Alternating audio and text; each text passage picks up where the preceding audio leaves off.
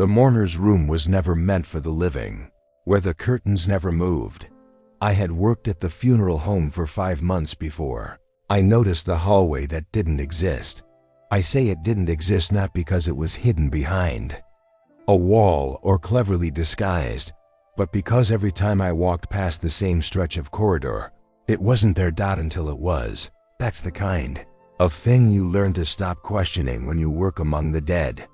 Doors open. Walls shift. Names appear on tags you don't remember writing. And some rooms remember you before you ever step inside. It was late. I'd stayed behind after the last service to sweep the chapel and return the prayer books. The air still smelled like lily and regret. Morning perfume clung to the pews, a mixture of lavender, powder, and grief that stuck to the tongue like damp cotton. I walked the long corridor toward the back offices when I felt something behind me. Not footsteps, not breath, just a subtle shift of expectation, like someone had been waiting for me to turn around. And when I did, there it was, a hallway I had never seen. Narrow, dark, at the very end, a single door. I approached slowly. Each step felt like I was walking into a memory I hadn't made yet. The light above the door flickered weakly, enough to illuminate a plaque nailed slightly off-center.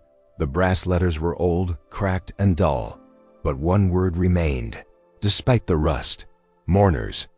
I didn't know what I expected when I pushed the door open. Another forgotten storage room? A prayer closet? But not this. It was a room with velvet drapes on every wall, crimson, heavy, too thick for a place like this. The light was dim and golden, like an oil lamp had just gone out. At the center sat a single, high-backed chair, facing the far wall. Not a mirror, not a window. Just more curtain. Everything about the space whispered, "Sit." But I didn't, not yet. Instead, I listened, and that's when I heard it. From behind the curtain. Breathing. Soft, rhythmic, not quite human, and a voice, not loud, not panicked, just present. They only hear you when you cry. I should have left, but the rules of grief are strange, and the deeper you wade into its waters, the less sense time makes. So I sat. The chair was warm, not recently occupied, but still remembering the weight of someone long gone. As soon as I settled, the air in the room changed. The breathing stopped, but something else began.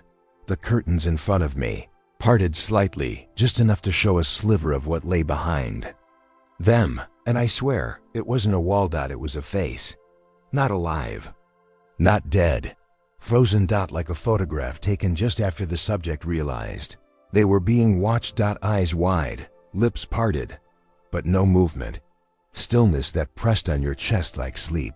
Paralysis. I couldn't speak. I didn't have to, because behind Emmy, a whisper crept through the fabric of the room. This is where sorrow watches you back. I blinked. And the curtains were closed again. The warmth in the chair faded, and the room was still. I stood, legs trembling, walked to the door. It didn't open. At first. Only when I whispered, "I see you." Then clicked. The handle turned, and the hallway was gone again. The next morning, I asked Henry, our oldest embalmer, if he knew anything about the mourner's room. His expression didn't change. He just took a sip of coffee, stared out the window, and said, "You didn't cry, did you?" I didn't answer, because I didn't understand the question. The days that followed were strange. I began hearing the breathing, even in other rooms. Whispers when I passed the flower arrangements. Tears in the hiss of the urns being sealed. Every time someone walked past me in grief, I could feel it, the sorrow brushing against my skin like cold wind from an open casket. But the worst came a week later, when a woman came in alone. No family, no friends. She wore a gray scarf and held a small urn clutched to her chest like a dying heartbeat. She didn't cry, she only whispered, "Is there a place for mourners who can't mourn out loud?" I should have said no, should have pointed her to the chapel or the memorial garden. But something inside me answered before I could think, "Follow me." The hallway was there, Just like before. The door still worn, the plaque still bearing its single, rusted word. I opened it. She stepped inside. I didn't. The door closed gently behind her. And for a moment, I heard nothing. No whispers. No breathing. Only the sound of her silence finally being heard when she came out. An hour later, her scarf was damp with tears, but her hands no longer trembled, and she whispered to me, "Thank you for letting me be seen." After that, others came. They didn't ask. They just looked at me a certain way, that heavy, glassy stare of someone who's been carrying a scream in their chest too long, and I'd nod, and the hallway would be there. Always when it needed to be. Each time someone entered, I'd wait outside. And each time, I'd hear different things. A lullaby. A prayer. Sometimes nothing at all. But always when they returned, their faces looked different. Not healed. Not whole, but recognized. As if grief had finally spoken their name out loud. One night, I decided to return. Alone. To ask the room a question I hadn't dared until now. Who do you mourn? Because it was clear to me now. The room itself was grieving, not just the living, not just the dead, but something in between. Entered. Sat. The chair still warm, the curtain still unmoving, but the voice came again. This time behind me. I mourn what is never said, the weeping that waits behind politeness, the screams beneath silence, the grief that has no witnesses. And then a flicker of light behind the curtain, a flash like a projector illuminating film that had never been developed, and I saw her. My mother, not dead, not quite, living. Frozen. In the moment before she told me everything was fine, before she shut the bedroom door and cried for the last time, before I heard the bottle open, before the room filled with silence, and I realized this was her room. The mourner's room didn't belong to the dead.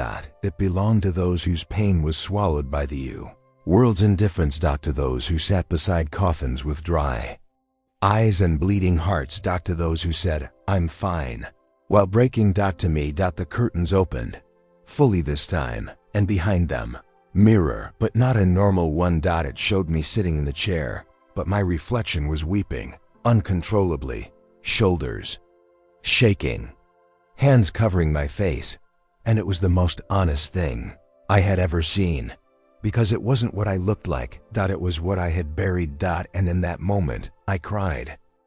Not to match the mirror. To free it.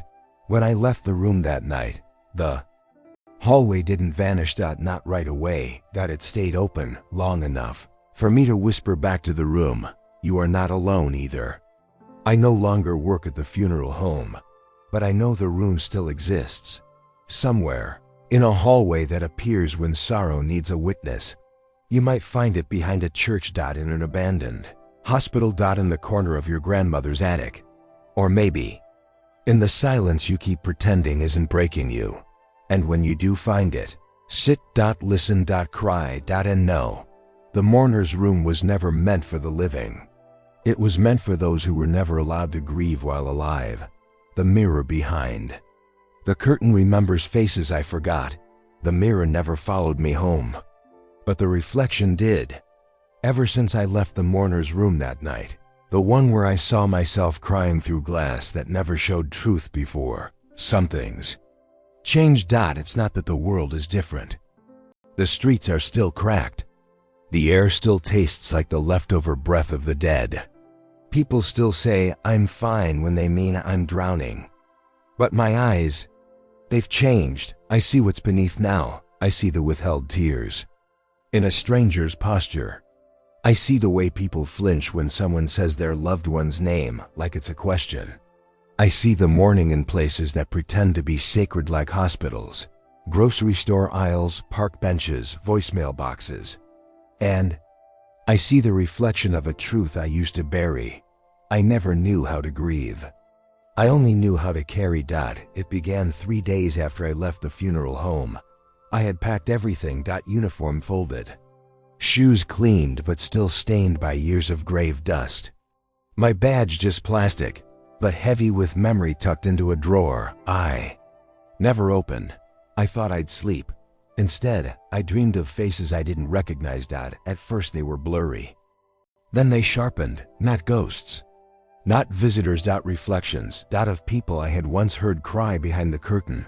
One by one, they appeared in my dreams, mouths open, hands trembling, eyes asking the same silent question. Did I ever really matter? I woke each time with sweat clinging to my chest like frost. But what terrified me most was that I recognized every single one. These weren't strangers. These were the mourners who had walked into that secret hallway, who had cried in the chair I once sat in, who had whispered into the heavy velvet air that held their grief like lungs gasping for release. But their names? I couldn't remember. And the mirror, it didn't forgive forgetfulness. I went back to the funeral home, not to work, just to look. The building was locked, but the windows still wept condensation.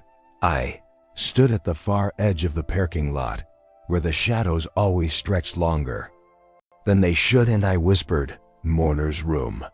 The hallway did not appear, but something did. In the sky, a sudden flicker, like a lightning flash without thunder. And in it, a face. Startled. Startling. A woman. Late 30s, eyes like the sky before snow. Her name was gone, but the grief remained. She had wept in that room, and I had left her behind. I began to write them down, every face, every detail. No names, just impressions. I filled a notebook in a week, and still they came, every night. More mourners. Not begging, not accusing. Just wanting to be remembered. And in remembering them, something strange began to happen. I started seeing them in real life. At the coffee shop, I saw the man with shaking fingers from the third night. In the pharmacy, the girl who had clutched a teddy bear soaked in tears. At the library, the old woman who used to rock slowly in the chair before her voice cracked into silence. They didn't know me, but I knew them, and when our eyes met, they paused. Tilted their heads, like they almost remembered something. And sometimes, they smiled. Not the smile of recognition, the smile of someone whose pain has just been seen. Even for a moment, I returned home each night and stared at my bathroom mirror, not to check my hair, not to wash my face. To see if the mourner's mirror had followed me. It hadn't, but something had. The silence, not emptiness, pregnant silence. The kind that comes just before something important is said. Or broken. I began speaking out loud. To the mirror. I remember you. I remember what you carried. I remember how you cried. I remember that you mattered. And sometimes, the mirror fogged over, as if it too were exhaling. One night, I awoke not in my bed, but in a chair. High back. Warm. Velvet. Curtains in front of me. Golden light behind. The mourner's room, but I hadn't entered it. It had entered me. The curtain in front of me shifted, and from behind it, a mirror again. Only this time, it didn't show me. It showed my brother. The one I hadn't spoken to in years. The one who said the wrong thing at the funeral. The one I never forgave. In the mirror, he was sitting alone. In his kitchen, crying over a photo I didn't know he had kept. And in that moment, I knew he had mourned, too. He just hadn't been allowed to, because I hadn't let him. I woke up sobbing, not because I missed him, because I had stolen from him the right to grieve. I called him. No hello. Just silence. And then, "I'm sorry," he cried, and I listened. Like the mourner's room had taught me to. From then on, I knew what my purpose had become. I was no longer the keeper of death. I was the rememberer of grief. The one who holds space for unspoken sorrow. The one who doesn't ask questions. The one who simply says, "You may cry here." I've since built a small wooden chair in my home, placed it against the far wall, surrounded it with deep red curtains. Not for performance, for permission. Anyone who enters my space and carries pain, I show them the chair. I don't ask what happened. I simply say, "This is the mourner's room now, and you are allowed." The mirror no longer shows me crying. It shows them. All of them. and they are beautiful in their breaking, because nothing is more honest than sorrow that dares to be witnessed. If you ever find the hallway, the one that shouldn't exist, walk down it, even if your knees tremble, even if your throat is dry with all the screams. You never let out. Sit in the chair, face the curtain, and let the mirror show you the face of what you've buried. It won't hurt you. It will remember you. And sometimes that's all we need. To be remembered. Exactly as we are. They bring flowers, but the roots know who's missing. I used to think funerals were for the dead, that they were rituals meant to honor those who could no longer hear the eulogies, no longer smell the lily, no longer be hurt by what was never said. But the mourner's room taught me different. Funerals are for the absences, and sometimes the greatest absence is the person who is still breathing. It began with a delivery, a bouquet. Unremarkable at first glance, white lily, dusty pink roses, a ribbon with golden script that read, "Gone, but not forgotten." It had no sender. The florist was confused. Paid in cash. No return address. I hadn't ordered flowers. No one had died. Not recently anyway. But when I opened the card, I froze. There was no message. Only a name. Mine. And beneath it, a single phrase. The root remembers what the stem forgets. I placed the bouquet near the wooden chair in my makeshift mourner's room. Not to honor the gift, to confront it, because something about that arrangement felt wrong. The roses wilted too quickly. By the second day, their petals were soft as tissue soaked in grief. The lily held their shape, but their scent turned metallic. On the third day, I noticed dirt beneath the chair. Fresh, damp. I hadn't brought any in. I hadn't touched the floor, and when I bent to sweep it, my fingers touched something beneath the curtain that hadn't been there before. A root, thick, twisted, cold as bone, and wrapped around it was a ribbon, frayed at the ends, embroidered with another name, Delilah. Delilah. The name trembled through me like a hymn I had forgotten how to sing. Hadn't spoken her name in 10 years. Not since I stood beside her casket and lied to everyone there. Told them she passed, peacefully. Told them she knew she was loved. Told them I would never forget her, but I did, piece by piece, year by year, not out of cruelty, out of survival. Because mourning her, truth would have destroyed me. Delilah was not a family member. She was not a lover. She was not anything the world would have let me grieve openly. But she was the only person who had ever looked at me and said, "You are not too much." And when she left by her own hand, in silence, without a note, I told myself she hadn't meant to. But the mourner's room doesn't entertain delusion. It remembers what you erased, and it brings it back in roots that grow from beneath your guilt. I sat in the chair. Again. And this time, the curtains parted without a sound. The mirror was already lit out and Delilah was there, not alive, not dead, frozen. In that last moment, when she smiled too wide and said she was okay. And I knew she wasn't, but I didn't stop her. I didn't ask. I didn't hold on. The mirror shimmered. And then, she moved, just her hand, slowly lifting. Pointing. At me. At the flowers. I turned, and the bouquet was no longer roses and lily. It had changed. Now it was made of paper, each petal torn from pages of her journal. Each word a cry I never heard, each stem wrapped in phrases I should have said. I see you. You matter. Don't go. The ground beneath the chair grew soft. The roots rose higher. They wrapped around the legs. They pulsed, and I realized they weren't roots. They were veins, Delilah's, still carrying the blood of her pain into the floorboards of my denial. I whispered her name. Once. Then again, then louder, until the room filled with it. Delilah, Delilah, and the mirror wept. Not fog. Not rain. Tears. Real tears. And with each drop, a petal fell from the bouquet, until only the stems remained. Hollow. Like bones. Like me. That night, I didn't sleep. I sat beside the chair. I placed the ribbon in my lap, and I wrote her name again and again until my hand cramped. Then, I burned the paper, not to forget, not to offer. Because some names aren't meant to be buried. They're meant to be sung back into the world. The next morning, the ground beneath the chair was dry again, the roots gone.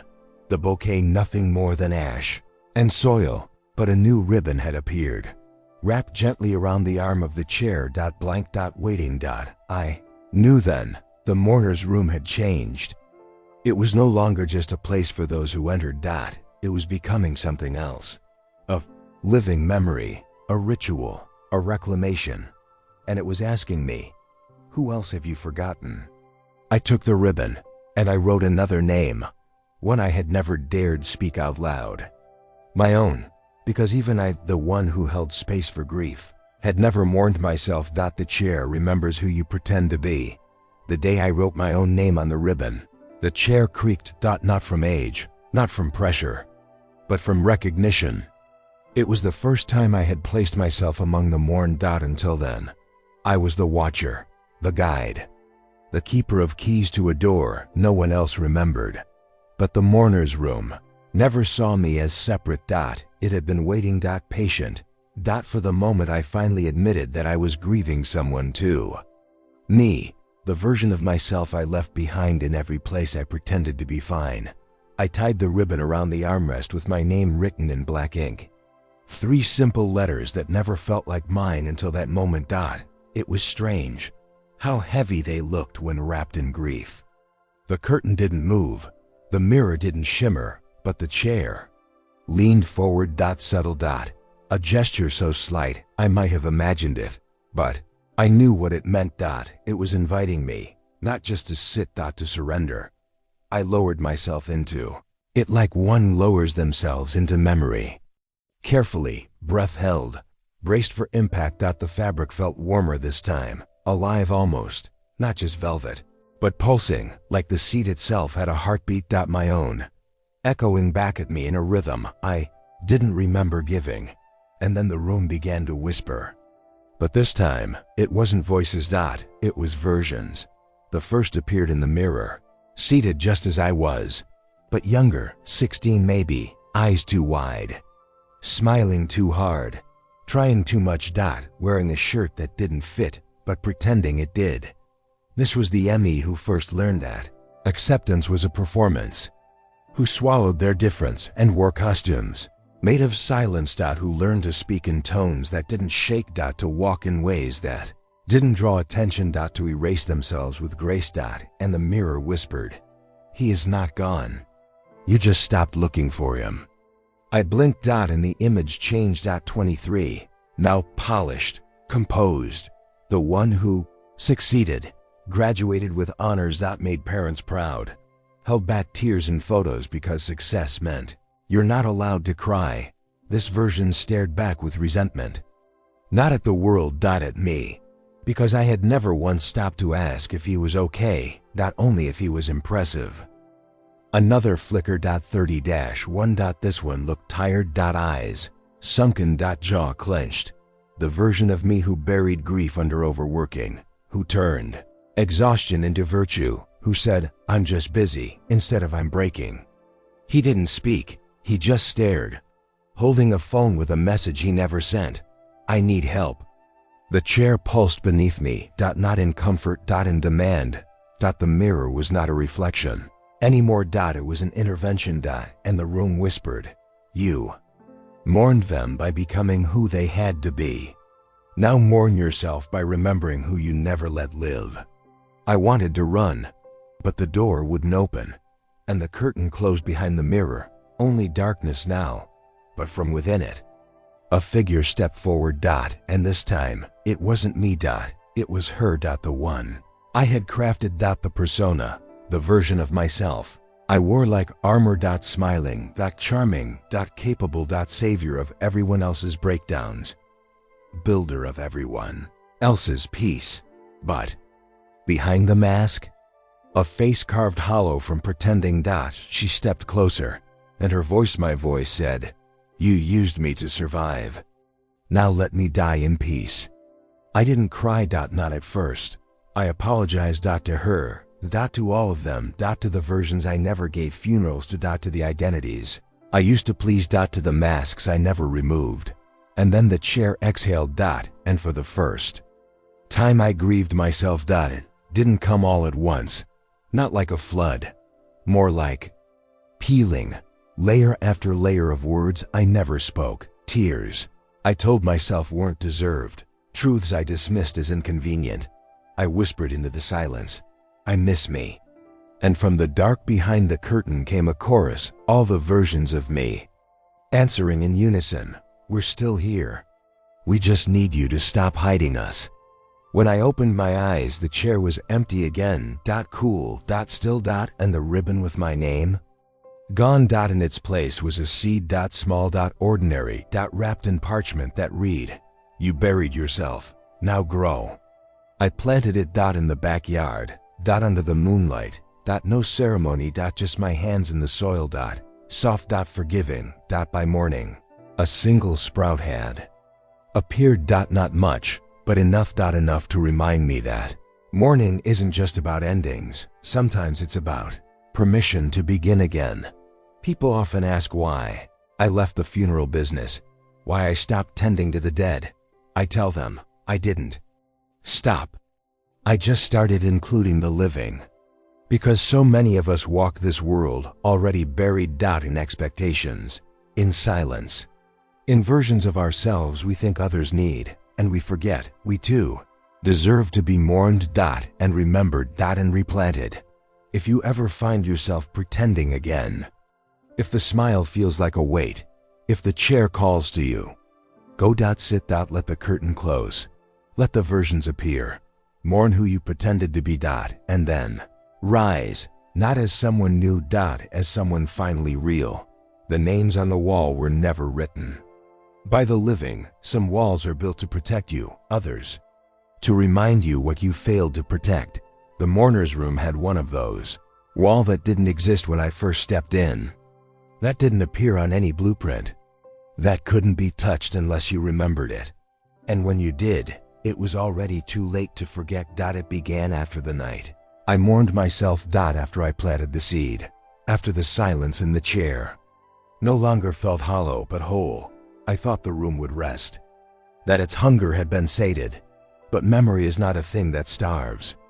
It grows, dot, and growth demands roots, dot. Roots need names, and names, they write themselves, dot. It was early, dot, the house still steeped in half darkness, the kind that comes just before dawn, when even time seems unsure.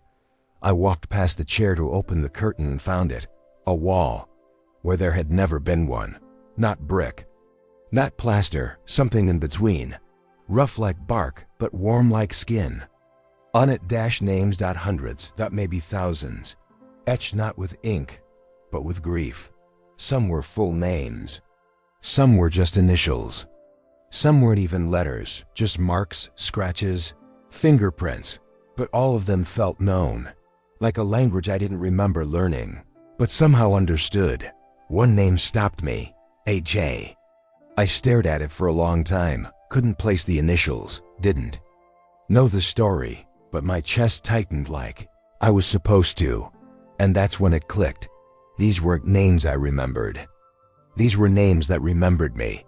I ran my fingers over the letters, dot. They were warm, dot, soft at first, dot, but then something shifted, dot. The wall trembled, only slightly, but enough for the air to change, dot, to thicken, dot, to begin to hum, dot. It wasn't sound, dot, it was presence, dot, and suddenly I remembered who AJ was, dot. We were 8, dot, third grade. He sat next to me during silent reading. He used to hum to himself little songs he made up, nonsense melodies about monsters and magic and names no one else knew. The other kids mocked him. He never seemed to care, until one day he stopped humming, and then he stopped speaking, dot, and then he was gone. They said he moved, that his family left in the night, but I remember the way the teacher's eyes looked the next day, like something had been erased. AJ had once whispered to me that he had dreams he wasn't allowed to say out loud, dot, that sometimes he woke up and still felt like he was underwater, that his mom said boys shouldn't cry, and that if he disappeared, it would be because no one ever really saw him. I hadn't thought of him in decades, hadn't spoken his name, until the wall did. Until the mourner's room whispered, "Even forgotten ghosts remember who looked away." I pressed my palm against the initials. And the wall opened. Not literally, but in memory. In Emery. In me. I remembered the way AJ used to draw stars with 6 points. The way he giggled whenever someone sneezed. The way he once told me that he didn't want to grow up because adults always looked sad when no one was watching. I whispered, "I'm sorry." And a breeze moved through the room. A breeze that had no source, that carried with it the smell of pencils and lunchbox sandwiches. A breeze that whispered back, "I was just waiting for someone to say my name." More names appeared. E.M. Joshua. Lena. So many. Each one a story I had buried beneath the noise of survival. Some were children. Some were elders. Some were moments, because sometimes the names weren't people. They were versions of me. Of others, of us. Names like hope before the divorce, laughter before the hospital call, trust before the betrayal.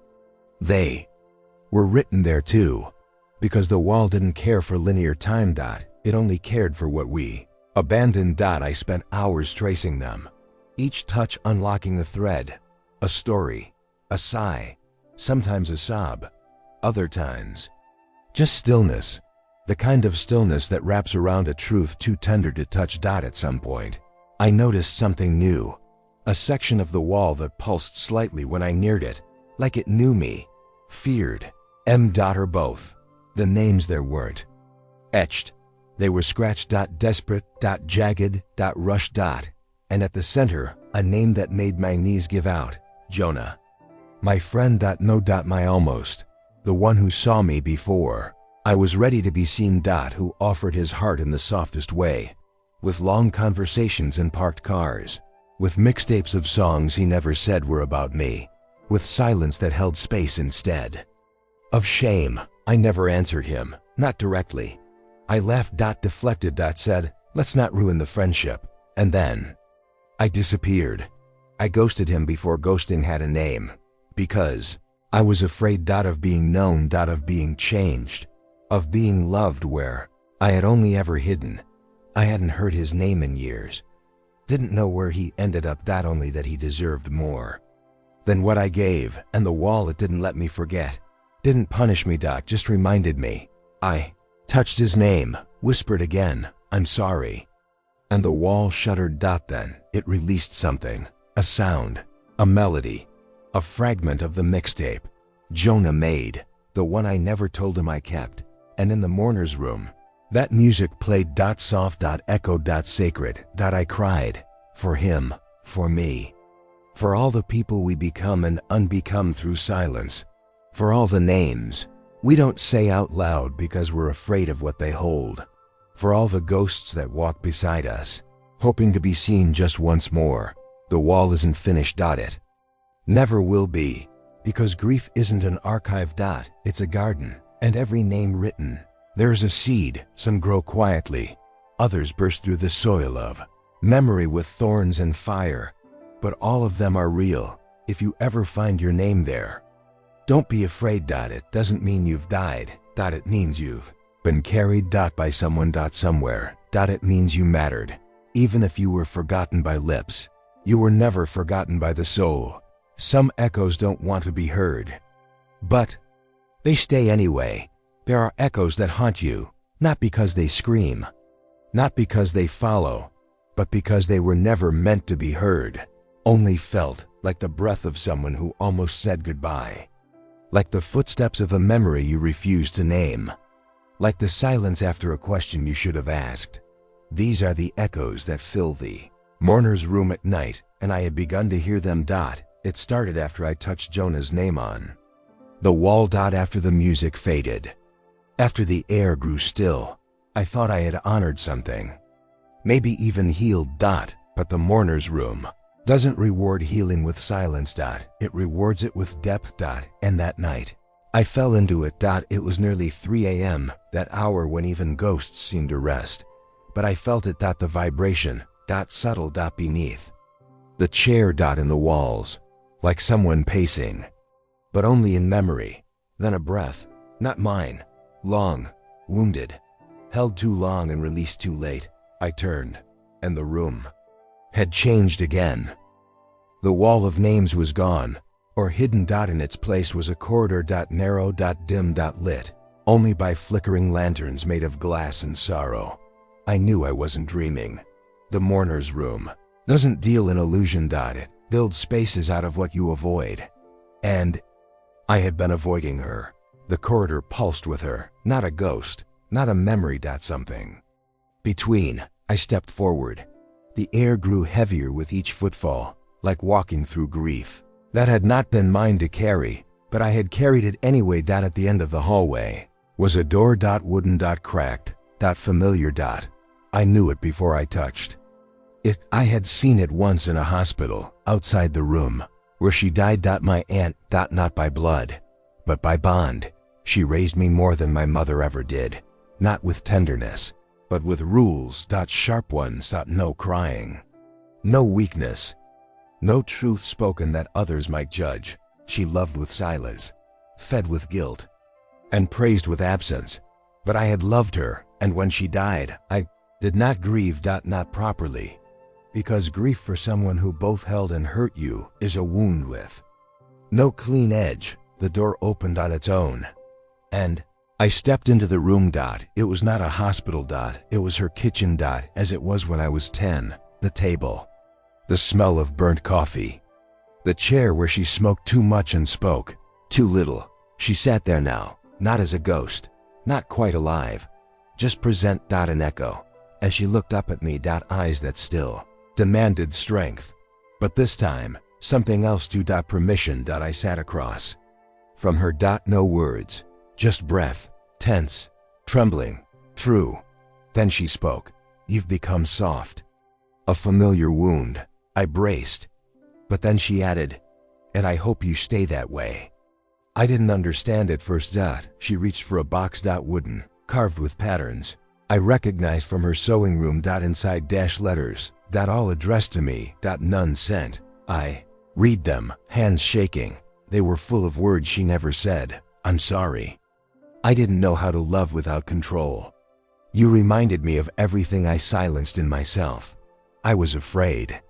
And at the bottom of the box, a photo of her. As a child. Smiling. Wide-eyed. Before life taught her to be cold.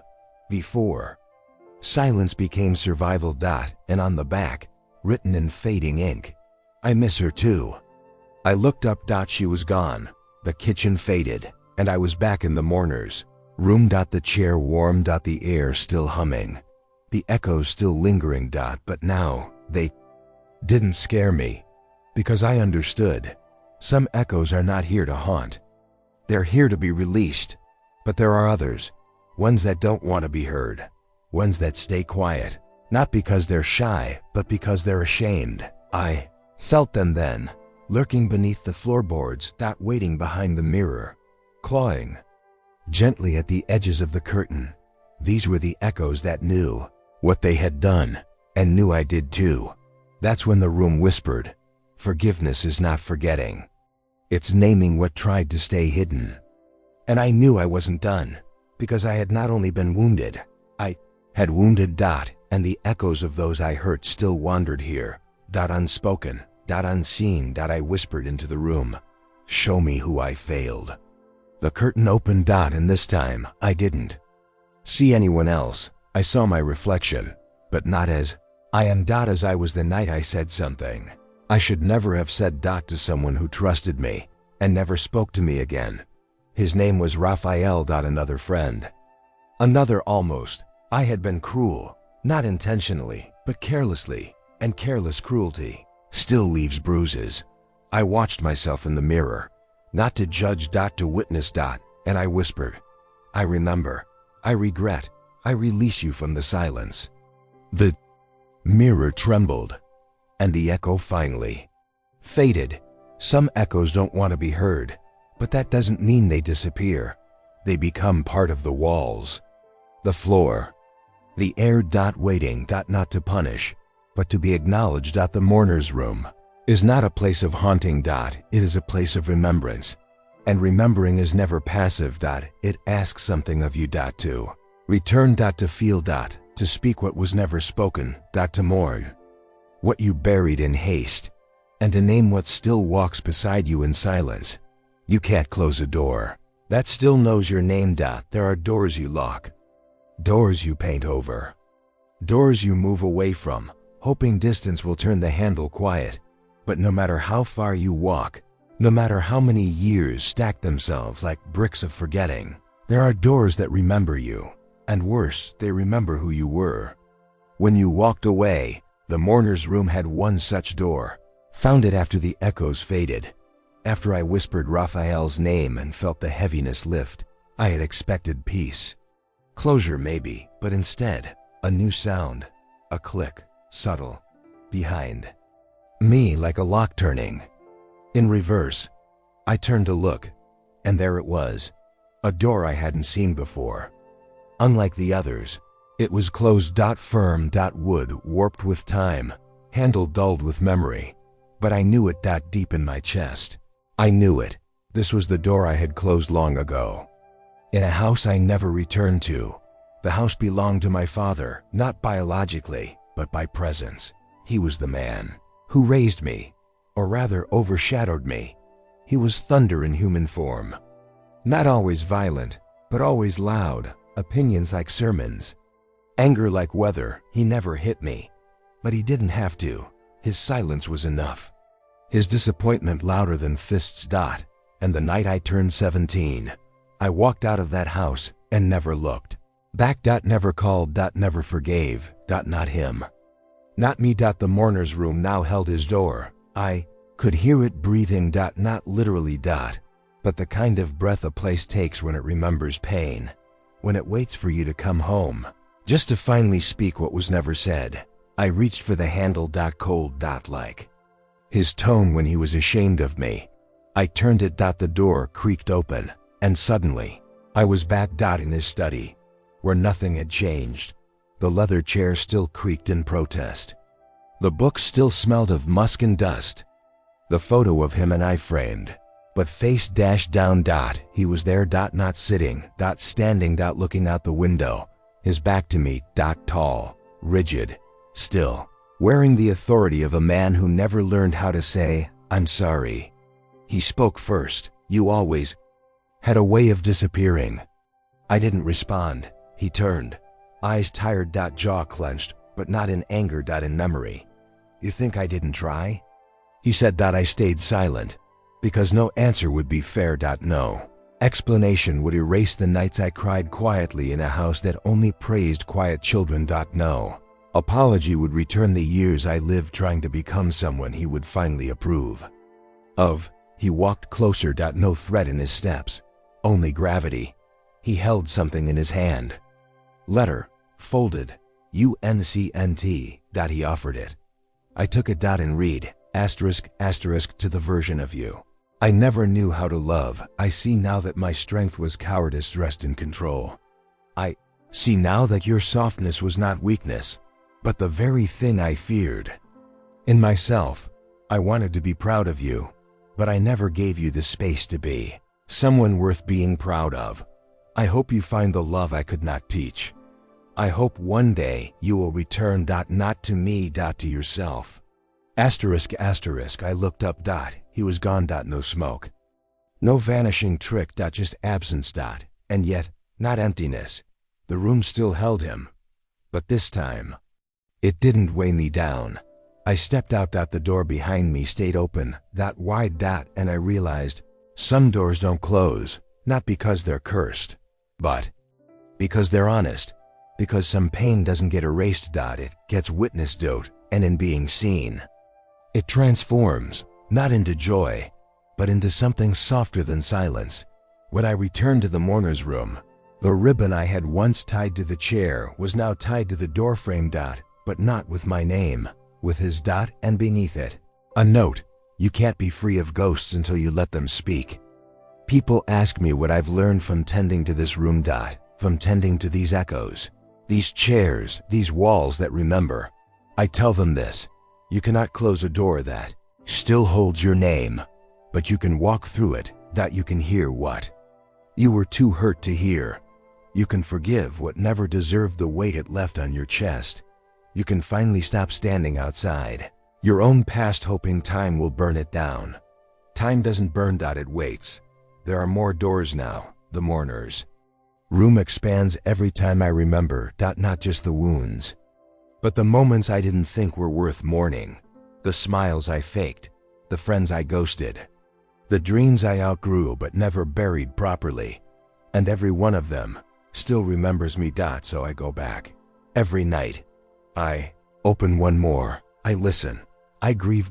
And sometimes, I forgive, not because they earned it, but because I did. Because the longer you let a door stay locked, the louder it knocks. And I'm tired of pretending I don't hear it. The curtain bleeds only when you pretend you don't see it. Most people avoid curtains, not because of what's behind them, but because of what they know they've hidden there. Curtains don't protect, they delay. They say, not now. They whisper, this is better unseen. But the mourner's room had a curtain that refused to be ignored, and it was bleeding, not in the way flesh bleeds. Not thick, not warm, not red, but memory has its own color. And pain knows how to stain. I saw it one evening, a soft drip from the bottom hem. Dark, slow, steady. At first, I thought it was a trick of shadow, but then I touched it. It felt like cold water. But when I brought my fingers to my lips, I tasted something familiar. Not blood, that shame. That shame has a flavor. It's not bitter. It's not metallic. It's hollow. A space where something should have been said, should have been done, but wasn't. That curtain knew me. It knew the things I never told anyone, especially not myself. I sat in front of it, watched it sway gently. As if breathing, I waited for the usual whisper, the invitation, eerie voice calling me in, but none came, just silence, until I spoke first. I see you. That was all it took. The curtain twitched, and then opened on its own. And what lay behind it was a stage. A small theater, dusty, empty seats stretching far back into the dark, and in the center, a spotlight. Waiting. I stepped in. Each footstep echoing across wood that remembered too much. Then a voice, not mine, not the room's, a child's. Do you remember when you lied? The stage changed. Suddenly I was 12 again, standing in front of a classroom, presentation, day. My palms sweating, and on the screen behind me, a project I hadn't made. I had copied it, word for word, stolen it from a book. I thought no one would notice, and they didn't. I got an praised applause. But I still remember the girl. I took it from Anna. Quiet, creative, brilliant. She presented after me. And the teacher said, too similar to the last. No originality. She looked at me, didn't cry, didn't speak. Just shrank, a little smaller, a little dimmer. The stage shifted again. This time I was 16. With someone I loved. And lied to. I said I didn't feel the same. I did. But I was afraid. Afraid of being vulnerable. Of being known. So I lied. And he walked away thinking he was the problem. When it was me. Scene after scene. The curtain revealed more. Each memory framed like a performance. But I wasn't the audience. I was the actor. And every role I had played to survive, the confident one, the funny one, the detached one, all of them were masks sewn with shame. And the curtain remembered every script. Then, something changed. I wasn't on stage anymore. I was in the seats, watching someone else perform. It was. And as I am now. Older. Tired. Holding every regret like it still had sharp corners. And then the lights dimmed. A final spotlight on one last version of myself. One I didn't recognize. She was still beautiful, terrifying, because she looked free. And she walked toward me, not smiling, just present. And said, You can't bury what you haven't forgiven. I wept out there, in the theater of my own shadows, because I knew the curtain bleeds only when you pretend not to see it, when you keep performing for an audience that no longer exists, when you tell yourself the play is over, but the stage is still warm. I stepped back through the curtain, back into the mourner's room. The fabric no longer stained. It was clean. Light. Breathing differently. I tied a ribbon to its edge, a silent promise. No more hiding, no more roles. Just the truth, however imperfect. The room dimmed. Not in warning. In rest, because even the places that hold our pain need to sleep sometimes. I curled into the chair, and for the first time I didn't dread the dreams, because I knew they would be honest. And honesty doesn't haunt. It heals. The chair was never empty. You just didn't know who sat there. We think of emptiness as absence, a blank page, an unoccupied seat, a silence waiting to be filled. But what if emptiness is not a lack, but a presence we failed to recognize? What if the chair was never truly empty? What if it was always occupied by someone you refused to see? That thought haunted me long after the curtain dried. The mourner's room had gone still, too still, like it was holding its breath again. No whispers, no doors, no flickers. Just the chair, and the sense, the deep, trembling certainty that I wasn't alone, even though I was the only body in the room. I walked to the chair. Paused. Stared at it, its fabric slightly worn from where I had sat countless times, but the cushion was needy. As if someone had just risen, or never left. I reached out to touch it. Warm. Not the heat of sunlight or memory, the heat of presence. Of residue. And then the mirror lit up. But not like before. No flickers, no fragments. This time it blazed, showing not one version of me, but all of them. Every iteration I had mourned, every voice I had buried, every version I had performed or pretended to forget. They were all seated. In the chair, taking turns, each of them a ghost of me that never got a name. There was the child who flinched at loud footsteps, the teen who learned to love in silence, the adult who built walls out of logic, the friend who said nothing when he should have stood up, the lover who left before he could be left. Each one sat in the chair, each one looked back at me. Not accusing. Just waiting to be named, to be owned, to be loved. And as I looked at them, I realized I had never really been alone. Every decision I had made, every fear I had followed, every choice that looked like freedom but felt like survival, had been shaped by someone sitting in that chair, watching. Hoping. Begging to be acknowledged. I dropped to my knees before it. Not to worship. To witness. And whispered, "I see you, all of you. I'm sorry it took this long." One by one, they faded, not into nothing, but into me. Returning. Reclaiming. Pieces I thought were lost weren't gone, just waiting for permission. Then one final figure appeared, unlike the rest. She was cloaked. Veiled. Sitting perfectly still. Unmoving. I knew immediately this was the version I had never allowed to be born, the one who never got the chance to become, because I silenced her before she ever spoke.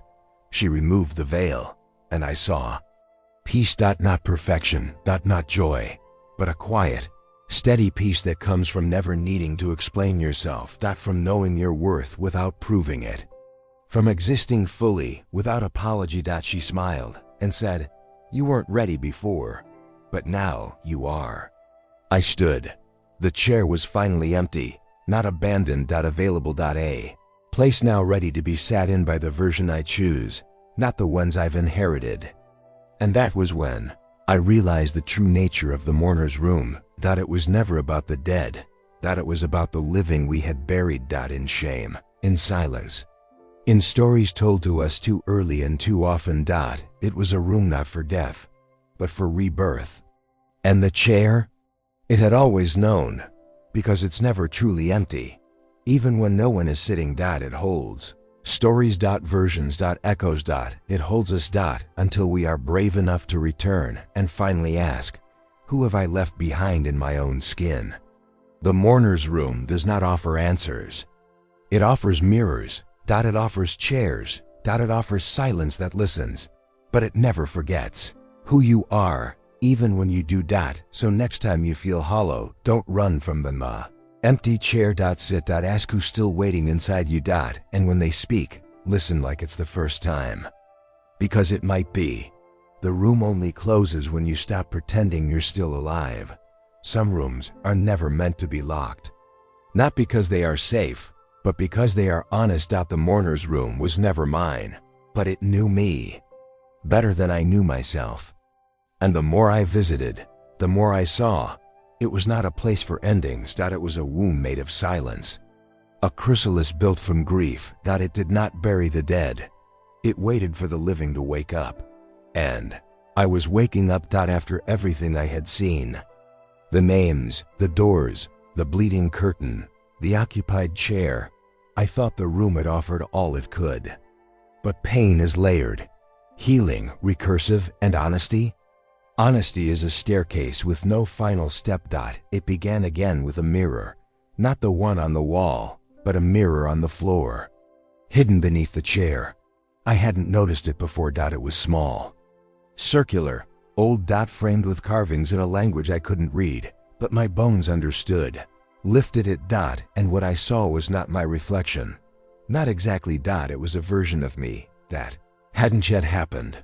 Older, wiser, but with a sadness in the eyes that felt familiar. This version didn't speak, but she waited. And I knew this was who I would become if I didn't finish the journey. If I stayed in mourning. If I kept digging graves in my own soul for emotions I wasn't brave enough to feel. The mirror darkened, then cleared. And now I saw my childhood bedroom. Empty, dusty, unchanged. Except for the closet. Its door was open. And inside a child. Small, silent. Me. Crying, just hugging her knees.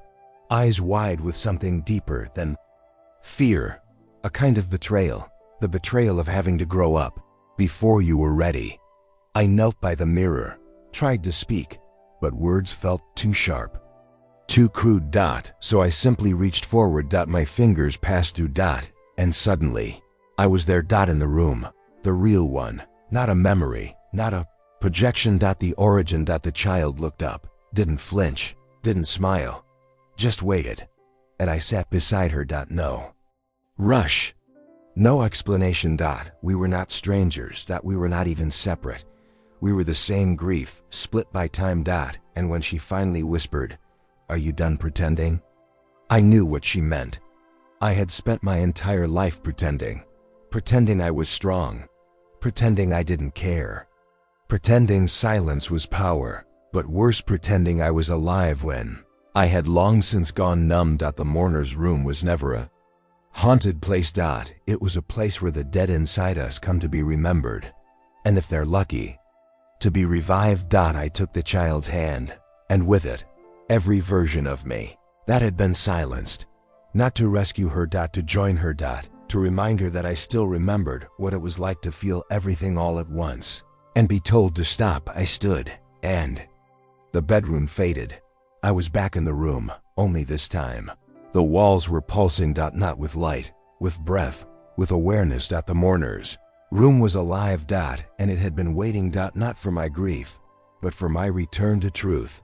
A voice echoed. Not external, not internal. Something beneath. The room only closes when you stop pretending you're still alive. I didn't want to leave, but the door was open now, and there was nothing more to see, because I had seen it all. Not the ghost. Me. The real me. Unlayered. Unperf. ORMED. IDD. Turned back. The chair, the mirror, the curtain, the walls, all still, all silent, but no longer calling. Because I had answered, because I had finally stopped pretending, I stepped out, and the door closed. Not with finality, but with peace. And on its surface, carved in delicate script, "Return when you forget again. We Always remember. I don't know if I'll go back, but I know I can. And more importantly, I know why. I went, not to mourn the dead, but to resurrect the parts of me I had let die quietly, without witness. And now, I carry them. Not as weight, but as truth. And truth? Truth never haunts. It only waits. Patiently. Until you stop pretending. And finally begin to live.